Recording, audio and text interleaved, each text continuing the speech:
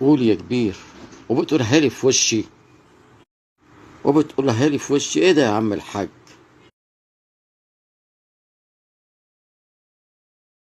بالبلالم. سيء عليك الله. بتحكي جد؟ انا قريت الكلام ده في مجلة اسمها صوتي يا لواحظ قبل ما حد يلاحظ. ازاي يا جدع؟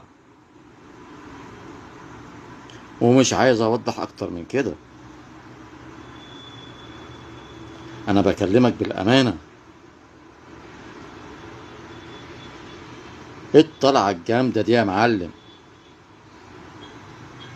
في منك كتير ولا كمية محدودة؟ انت فاجئتني بالموضوع ده.